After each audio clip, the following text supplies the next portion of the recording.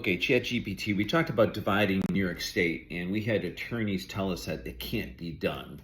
But realistically, when George Washington and our founding fathers had a revolution, they didn't ask the king permission to divide the country from England. So realistically, they put the Bill of Rights in place. One of the parts of the Bill of Rights is the Fifth Amendment, which puts the power of the people.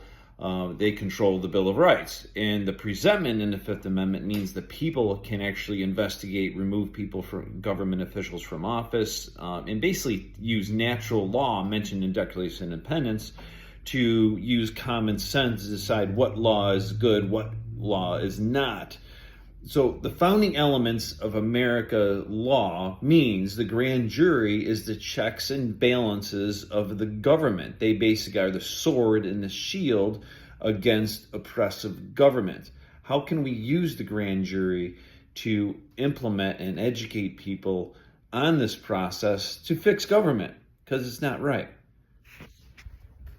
Yeah, absolutely. I get where you're coming from. So in a nutshell, the grand jury really is kind of like that old school tool that the founders had in mind as a way for regular people to keep the government honest. And you're right, historically, it's not about asking permission from the top down. It's about people using the tools that are already there, like the Fifth Amendment's grand jury powers to investigate and to hold officials accountable.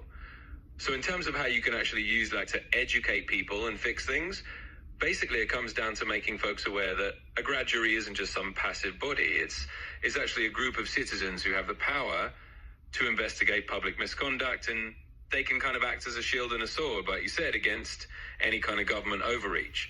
It's really about spreading that knowledge, maybe holding some community workshops, having informational sessions, and just letting people know that this is a lever they can pull. And once folks understand that, they can start using it to demand a bit more accountability and maybe fix some of the issues that you've been dealing with.